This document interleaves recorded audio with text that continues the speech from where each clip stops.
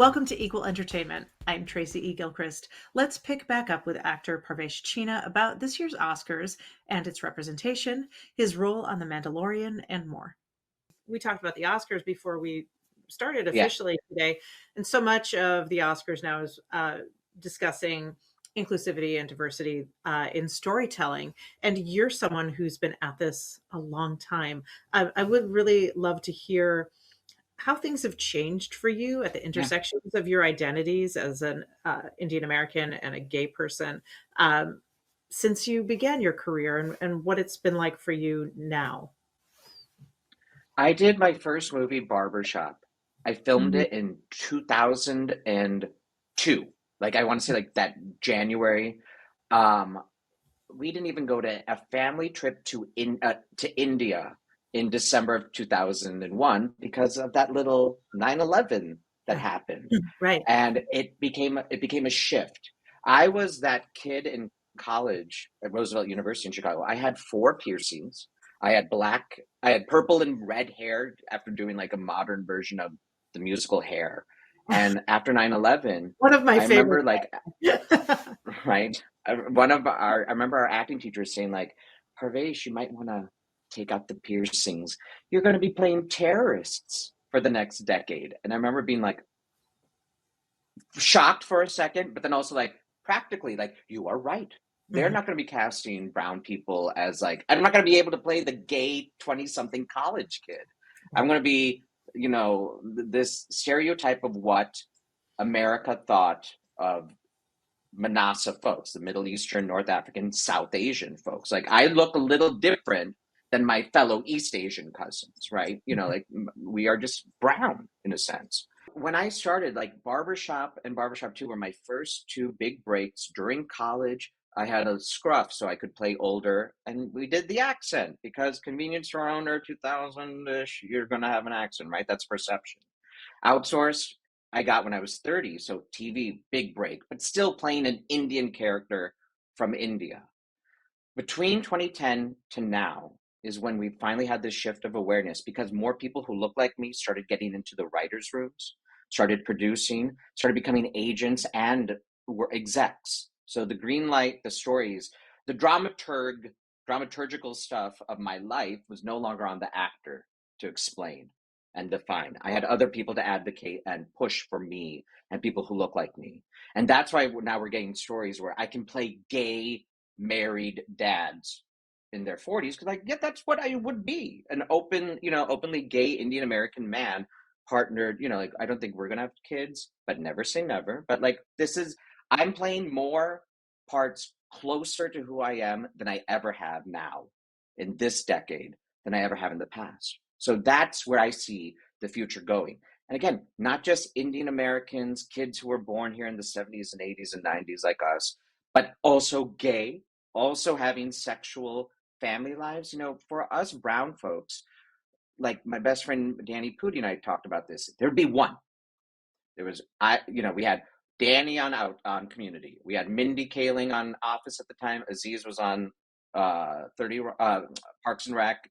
Malik Pancholi would be on 30 Rock, and then we had us on Outsource. So like, but we did joke that only one at a time. Now we get to be families and brothers and sisters, and we also have affairs and fights. So like that is how it's changed. That is the big change I see from like accented stereotype. Hey, Parv, we cast you as Joe, the pizza delivery driver, but we're going to change it to Rajiv and give you an accent. And I'm like, why? Why couldn't you just been Joe from Naperville, Illinois, like Parvations?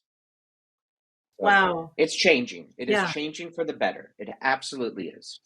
Well, thank And you. especially after the wins of Everything Everywhere All at Once, Everything. just solidified it. And right. Well, and also RRR. That was such a great win. Of Winning for the course. song. So Of good. course. RRR, I mean, this is huge. Guneet Munga, the producer of Elephant Whisperers, is technically the first film from India to win an Oscar. And two women, the director is a Indian woman, and so is Guneet, the producer, huge producer. So this is amazing. We had a big South Asian and excellence at the Oscar party at Paramount, and it was really Amazing. lovely to see all the folks from India, but also us Indian Americans. Like, we're here. Like, our stories are not always centered around India. If Right. you ask me, like, Parvesh, tell me about the 1970s political, I'm like, I don't know. Let's talk about Nixon into Ford into Carter. I can give you that, right? Right. Right. So like, we are American. That's the other Yeah. element too. Is like, that's why Everything Everywhere All at Once was also so big, because it was an American Yeah. film, a Chinese immigrant film with a queer daughter. I mean, like, that Right. when that when Stephanie's character's girlfriend kisses her for the first time in the laundromat, we were all like, "What? And they get to be gay?" Like, it was just on time. I mean, this is Huge. different than like British stuff. Like, Slumdog Millionaire was a British film. Right. Indian stuff is always going to be great, but sometimes, like, oh, that's so cool to see the stuff from my ethnic homeland, my parents' country. But I Mhm. also really love to see those suburban tales from Chicago. Like Adventures in Babysitting. I wanted to go with Anthony Rapp to the to downtown and meet Thor. And, oh god, and Elizabeth Shue. Right, right. Amazing.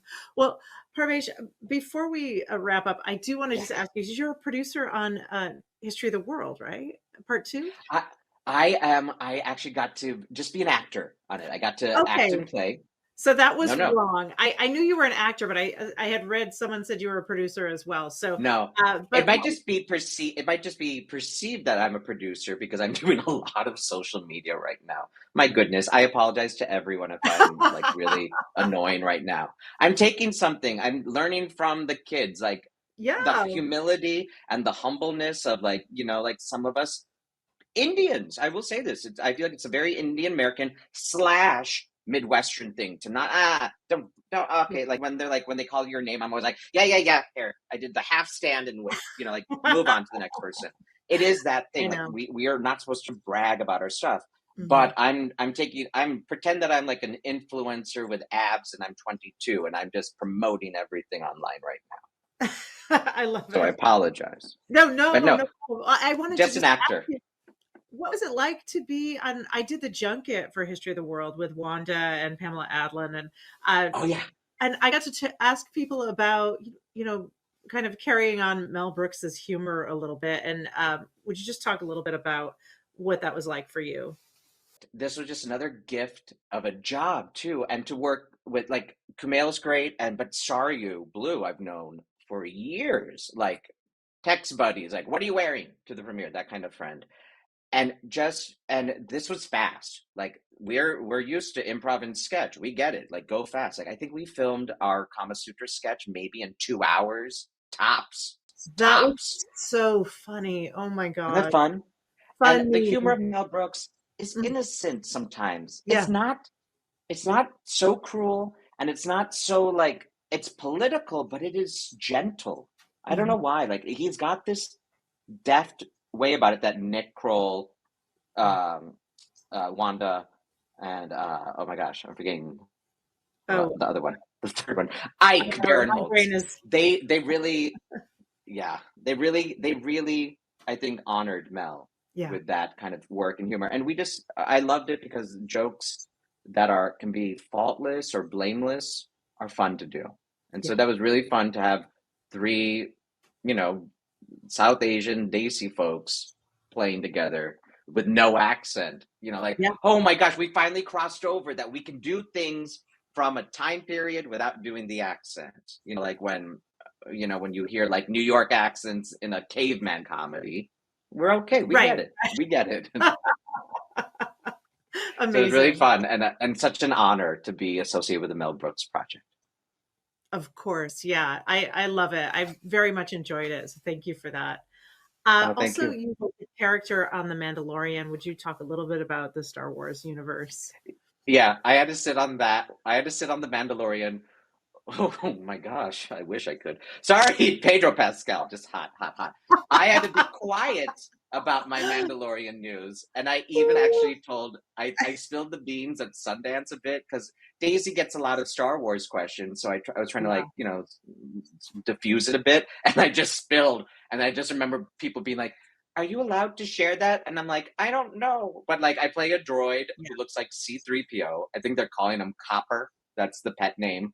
And Okay. I am the voice of the droid. And a friend of mine, Chris, who works on Shining Vale, he's kind of becoming like Mhm. the new Doug Jones. He's always like the guy, creatures and monsters, and let alone Mhm. droids.